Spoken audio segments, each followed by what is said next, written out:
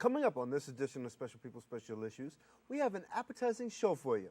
Today, to get your mouth watering, Chef Edie of Edie's Good and Plenty is here to tickle your taste buds on how to cook nutritious meals if you're on diets and disabled.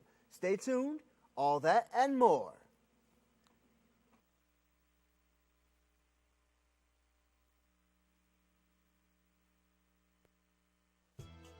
The views and opinions expressed on this program are those of the participants and do not reflect the views of BronxNet or the program underwriters.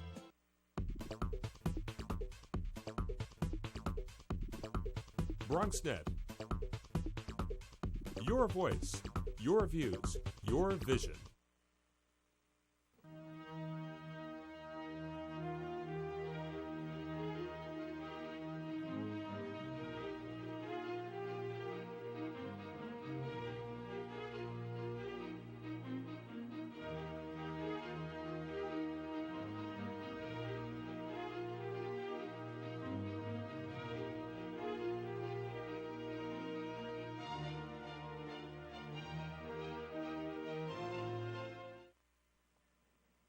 Welcome to this edition of SPSI, the one and only program that for the past 15 seasons has been focusing on the needs, concerns, and achievements of the differently abled.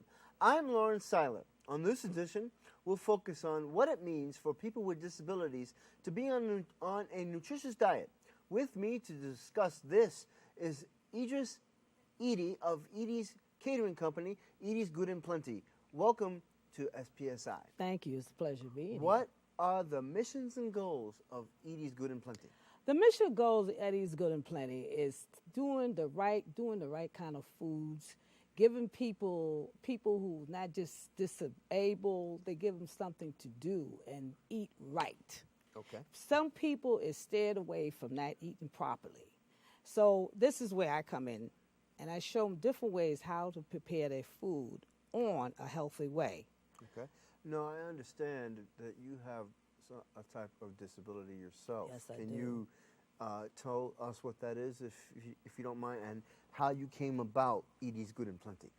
Basically, I was an executive chef for a very high-priced hotel, and I got very sick in the process. Mm-hmm. And, well, I worked so hard, my knees and my legs got disabled. I fell. Okay. And during the process, what happened to me, I had diabetes, and also I had a growth in both of my legs. Okay. They called them bilateral growth. And it grew so out of place, they had to operate on two legs the same time. Mm-hmm. And it grows back every 2 or 3 years, and I'm under care of that now. So basically, instead of quitting or leaving work, yes, you've decided to help others deal with nutrition. Yes. What are some of the ways that you help others deal with nutrition? Some of the ways I work with disabled people, which is in the senior centers. I work in the senior center in Harlem, with Harlem Downtown Center, and also Baychester Center in the Bronx here.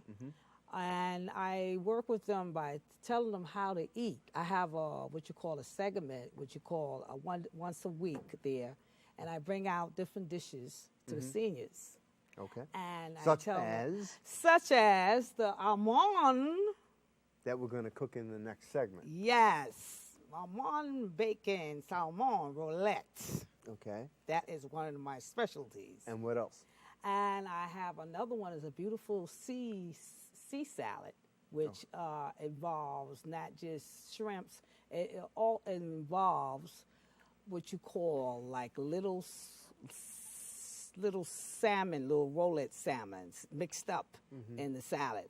Onions, garlic, cilantrons. I have what you call, I put what you call vegetables in it, not just different salads. I put red tomatoes, potatoes, red tomatoes. I put scallions. I put so many things in there you wouldn't believe. Okay. Now, but the whole thing is, you know, people are always in a rush. Years ago, for example, there was a gentleman who was, I'm not going to mention the gentleman's name, but there was a gentleman who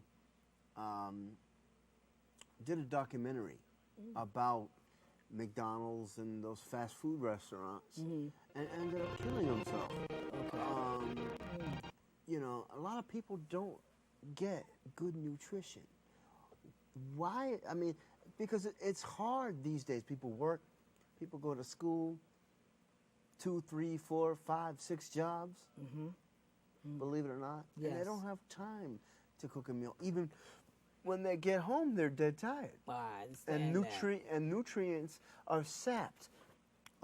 Dunkin' Donuts and those restaurants, you don't get nutrients from that. Why is it so vitally important to eat a good nutritious meal? Well, it's vitally important because it makes you function. It have something to do with your thinking. Like the best time to eat in the morning is 8 o'clock in the morning. You must have a breakfast in the morning because it helps you with your thinking, your physical being. You feel good when you have something to eat early in the morning. It gives you a lot of energy. And that's what basically people need is energy first thing in the morning because that will give them more pride and let them go out there and tackle their jobs, their different occupations, the things they do, taking the kids to school, picking up the driving, and make them more aware of what's happening. You must have that breakfast in the morning. So that's why I said nutrition in the morning. That's very important. I push my seniors and anybody who's I know and come involved with. I do my catering. I tell them you must eat something in the morning, especially if you are like a diabetic or you have problems with eating or some people don't like to eat in the mornings. You must stress in that. And I'm doing morning breakfasts now in my business to make people aware that I do want them to eat properly. Now, vitamins Okay. are very important. Vitamin D, vitamin K, vitamin E, etc. Can you explain to those at home, especially those that are disabled? Okay. Because there are diseases out there, rickets, Yes, it is. Yes. scurvy, etc. Yes. Explain why is it important for vitamin intake when you are disabled and so on. Vitamin intake has a lot to do with your what you call your body metabolism. Everybody is different. In the mornings, people like to take like juices in the morning. It depends what kind of juice you take. Because some of the juices have sugar. Have a lot of sugar in it. Has a lot of sugar, and you must read the back of your labels. When you go to the grocery store and supermarkets, you must read what you're taking because it's not good for everybody, okay? Now, they have supplements that you could take. Yes, you could take them, but it doesn't work for everybody. That's why I say check with your doctor first. If you could go towards, well, can I have my juice in the morning? What kind of type of juice I could have? Can I have my pineapple? Can I have my orange juice? Can I have my prune juice? What could I have? You must talk to them what you have to have. Just don't take it on your own and do anything on your own. Okay, yes, I could say, well, take a little bit of strawberries, take a little bit of apples, take a little bit of pears. Okay, you have to watch your sugar intake. Yes, ma'am. Yes. Now, one of the questions I usually ask my guests are, what are the misconceptions about people with disabilities? That the world has around people with disabilities when they first meet them. Well, they try to treat you like you can't do anything so much. And what I went into after I left and got well and got back on my feet, and stuff. When I went into the catering world, a lot of people didn't want to hire me because they said, oh, you might have problem getting here with your walking and stuff like that. And what I did, I had my daughter go with me when I had different jobs. This is going back a couple of years, like 10 years ago.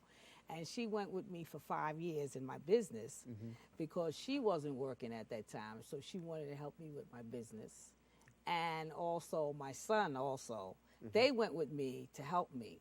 After they seen me perform my catering services, they had confidence in me, saying she's good, she's capable. So I proved myself that I could do the job. And I tell anybody who's disabled, do not sit down. If you have a goal, go after it. Go out, be determined to do it. Yes, it's going to be hard. Yes, it was very difficult for me to prepare my foods and get my timetable together, but I was determined to do it.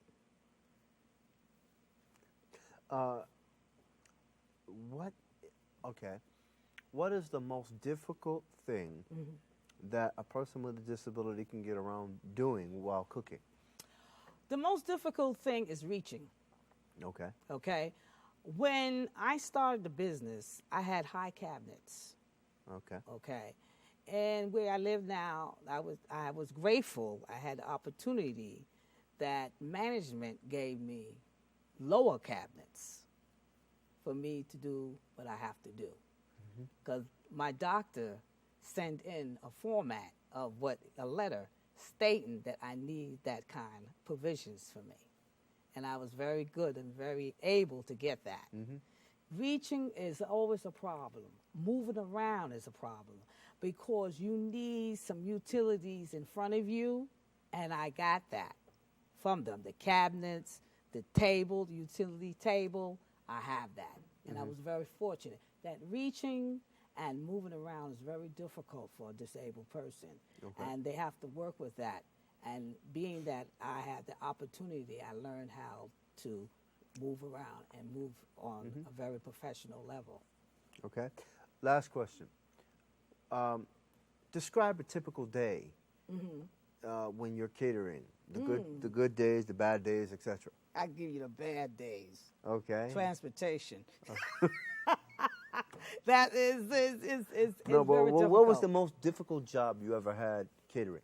Working at the club, because I worked at a jazz club, and the thing is they always change their surroundings because they're very busy and they change the area where I cook at.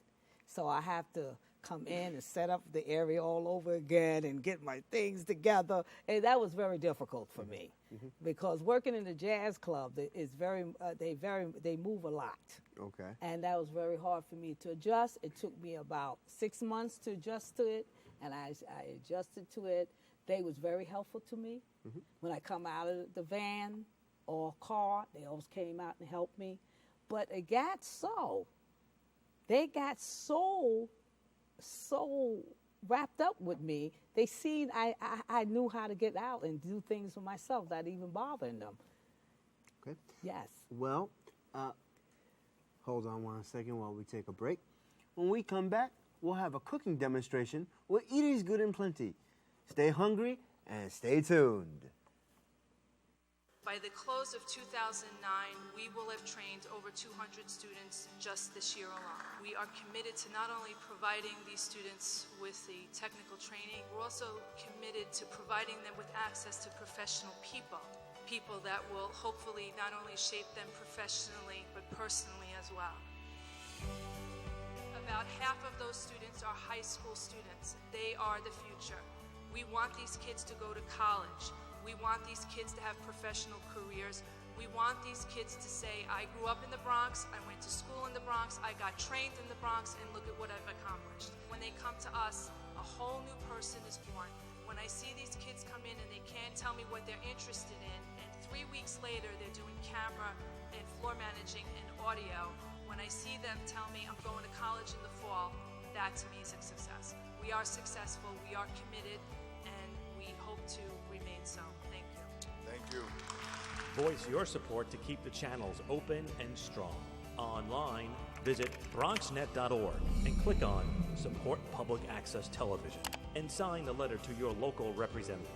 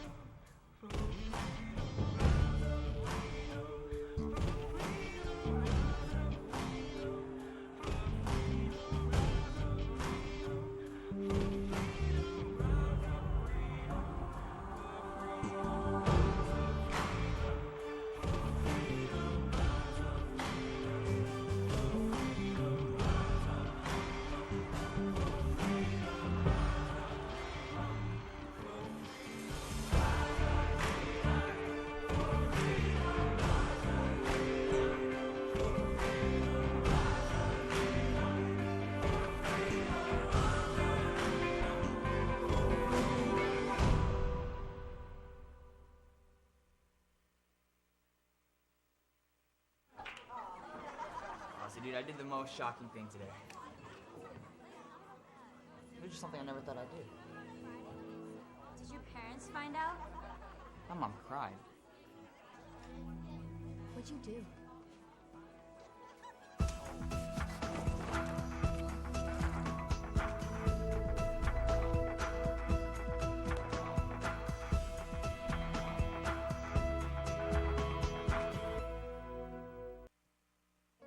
Okay, now you ready?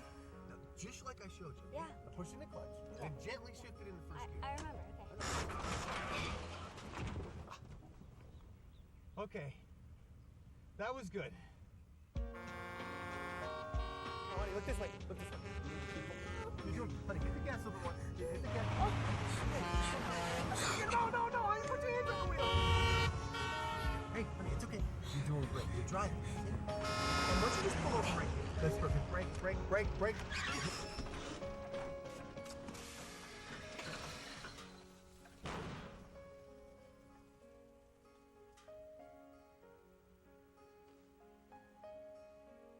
Thank you, Dad.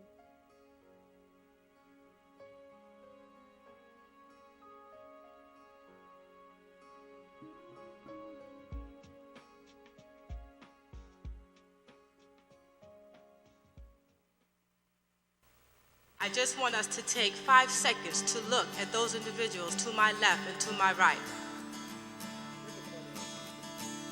You're looking at the future. These are students of Jonathan Levin High School in the Bronx. They are products of the Bronx, and they receive the media, the communication, the resources, the equipment, the tools, the knowledge, all that has been given from BronxNet last year. We had an opportunity in which some of our students were able to become interns at BronxNet.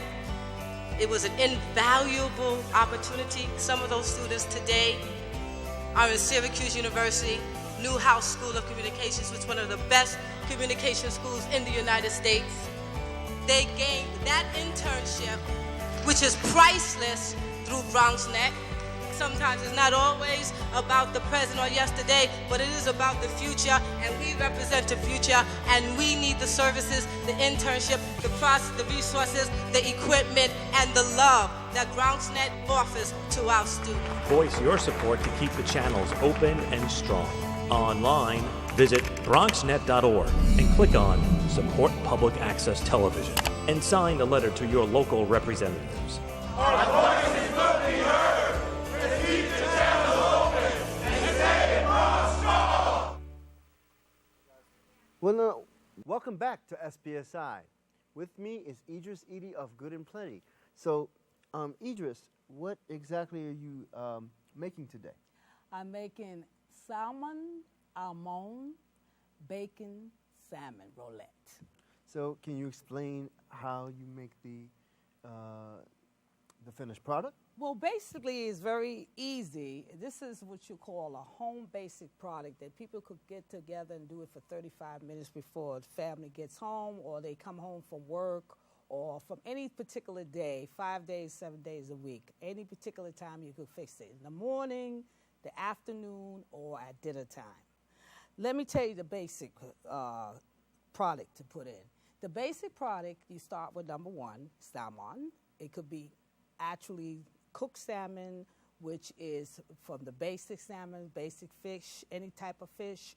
It could be either canned product. You could get it in any particular supermarket. And you start with that.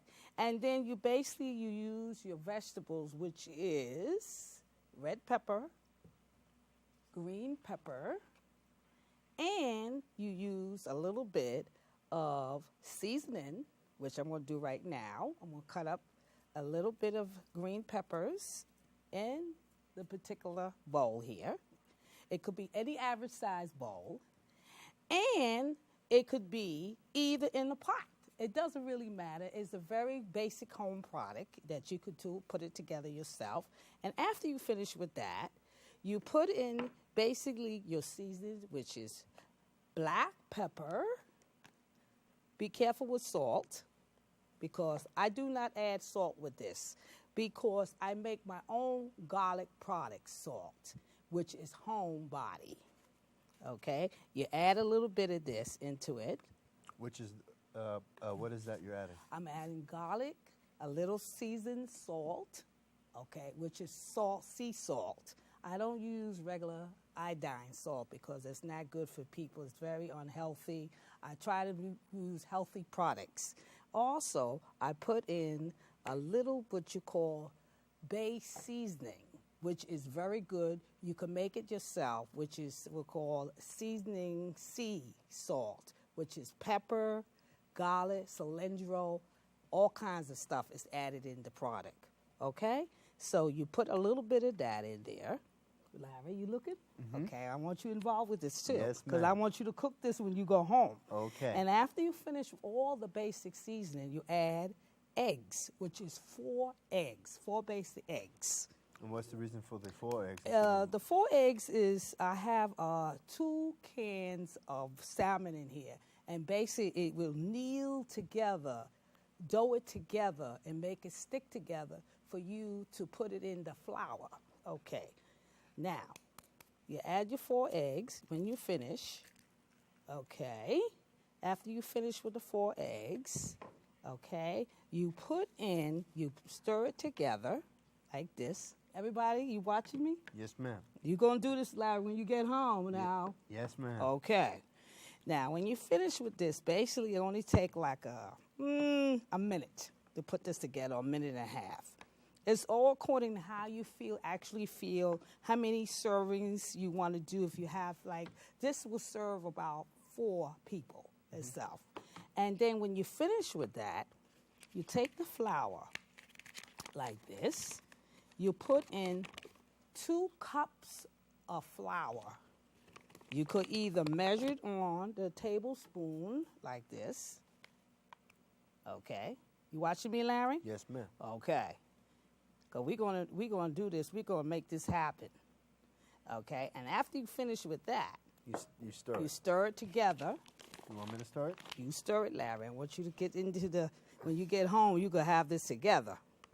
Now, this is basically what you call salmon roulette, which some people just squash it together, but you be a little fancy. You shape it like a little, what you call a pyramid, and you basically roll it up after you finish. Finish, Larry? Yes, ma'am. Okay, let me take over, baby. Okay. After you finish this, basically, you put it together, and what you do, okay, take the bacon like this, little bacon, roll it together, put it on here, see? Mm-hmm. All right. So it's bacon roll-ups, Bacon roll-ups. You put it on the little thing like this, but you move this on the side and roll it up. Roll it real good. Your frying pan right now is really going really hot because you basically have to have a frying pan going about at least about 3 seconds on the stove because you want them to be really, really tensely hot. And after you roll this together, you put it right into your pan and have it ready to go.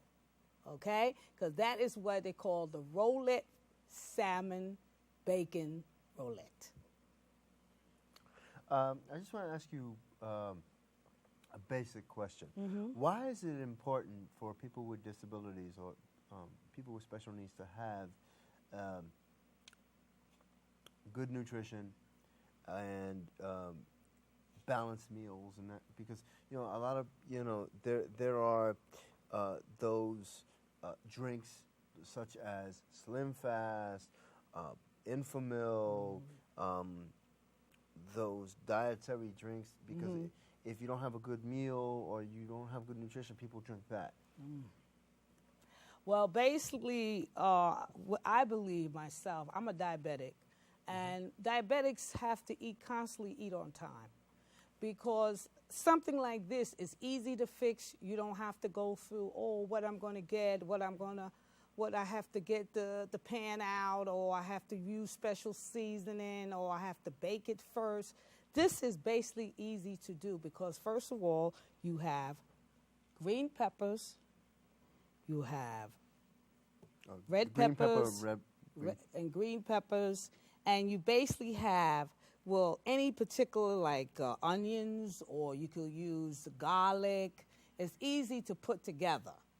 Okay, it's easy to put together and or has basic, very good vitamins, protein stuff in it. Can you show us what the finished product looks like? Okay, let me show you this, Larry. And I don't want you to get excited because I know you love food. I know you love food. And basically, these are very easy to make. And I want you to taste this, Larry. You're going to go crazy about it. You're going to go really nuts because it's basically good, easy stuff that you could really taste. Oh. And it's easy to make, ladies and gentlemen. The proof is in the pudding. Oh, that's really good. Thank you. Well, thank you. I would like to thank you very much for joining us on this edition of Special People, Special Issues. Thank you. Look at him. He can't even stop talking. He loves eating this When we come back, we'll have the Special People, Special Issues bulletin board after I finish eating this, when we return. Well, I would like to thank you for joining me on this edition of Special People, Special Issues.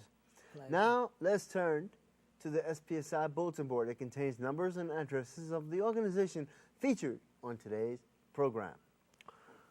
For more information on Edie's Good and Plenty, you can contact Idris Edie, that's EDDRISEDDY,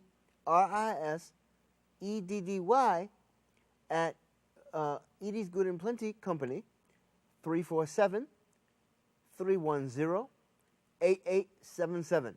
That number, once again, is 347-310-8877. Well, that puts an end to this edition of Special People, Special Issues. Stay hungry, and see you next time. I'm Lawrence Seiler.